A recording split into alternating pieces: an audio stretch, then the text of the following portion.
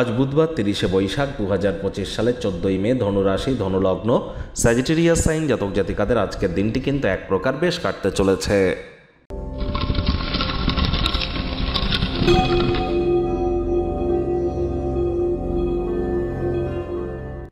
ভিডিওটির শুরুতেই স্ক্রিনে আপনারা দেখতে পাচ্ছেন বুধ গ্রহের বীজমন্ত্র ওম ব্রাং ব্রিং ব্রং স বুধায় নামা। এটি আজ আপনারা সকাল, দুপুর, সন্ধ্যা 3 বেলায় 108 বার করে জপ করুন। সবুজ রঙের ড্রেস পরিধান করুন, সবুজ রুমাল নিজের সাথে রাখুন বা সবুজ এলাচ আজ দাঁতে চাবান। আর যারা কোনো প্রকার গুরুত্বপূর্ণ সিদ্ধান্ত গ্রহণ করতে চলেছেন আজ, বা গুরুত্বপূর্ণ কোনো কর্ম আজ আপনাদের যদি থেকে থাকে, তাহলে যাওয়ার আগে আপনারা অবশ্যই গণেশজিকে আপনারা 5টি দুর্বাঘাস অর্পণ করে যান। অর্থাৎ 5টি দুর্বাঘাস গণেশজির মূর্তিতে দিন এবং 5 বার বলুন ওম গাং গণেশায় নমঃ অথবা ওম গম গণপত্যায় নমঃ। আর একটি পাত্রে জল ভরে রেখে যাবেন। দেখুন, বুধ মানেই কিন্তু বিদ্যা, বুদ্ধি, ব্যবসা এবং যোগাযোগ করার ক্ষমতা, কমিউনিকেশন স্কিল, এগুলির কারকতত্ত্ব কিন্তু বুধের হাতেই আছে। তাহলে বুঝতে পারছেন বুধ কতটা গুরুত্বপূর্ণ একটি প্ল্যানেট। অবশ্যই বুধের বীজমন্ত্র আপনারা জপ করুন। বৃহস্পতির রাশি পরিবর্তন হতে চলেছে আগামীকাল, আর তার ফল আপনারা ঠিক কী পেতে চলেছেন সে বিষয়ে কিন্তু অলরেডি চ্যানেলে ভিডিও আপলোড করা হয়েছে। সে আপনারা একবার দেখে বা শুনে নিতে ভুলবেন না। আই বাটনে আমরা লিঙ্ক দিয়ে দেব। আগামীকাল বলছি কারণ আজ রাত 11:20 বৃহস্পতি রাশি পরিবর্তন করবে।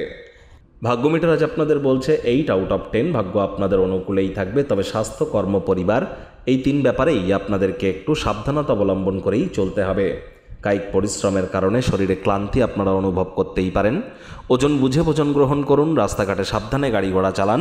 কোনো প্রকার নেতিবাচক অনুভূতির আশ্রয় ভুলেও যেন গ্রহণ করবেন না। হতাশা কিন্তু গ্রাস করতেই পারে। অর্থগত ব্যাপারে আয় ইনকামও আজ আপনাদের বাড়বে। নতুন উদ্যোগ পরিকল্পনার পাশাপাশি নতুন নির্মাণ কার্যের শুরুয়াত আজ করা যেতেই পারে। চাকরিজীবী যারা আছেন তাদের অফিসে কম কথা বলে কাজ বেশি করতে হবে। মনের থেকে মস্তিষ্ককে বেশি দাম দিতে হবে। কোনো প্রকার বিজনেস বা আইনি কাগজপত্রে সই সাবুত করার আগে সব দিক বিচার বিবেচনা করে করবেন।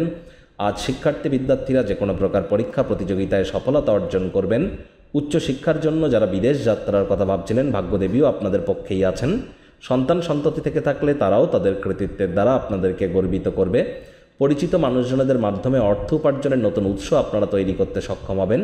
তাই পিতামাতার শরীর স্বাস্থ্যের দিকে অতিরিক্ত নজর কিন্তু রাখতে হবে। টেলিভিশন, মোবাইল, ল্যাপটপ, কম্পিউটারে অতিরিক্ত সময় যেন ব্যয় করবেন না, তাহলে দরকারি কাজের কথাই কিন্তু ভুলে যেতে পারেন। টাইম ম্যানেজমেন্ট সম্পর্কে জ্ঞান বৃদ্ধি করবার চেষ্টা করুন।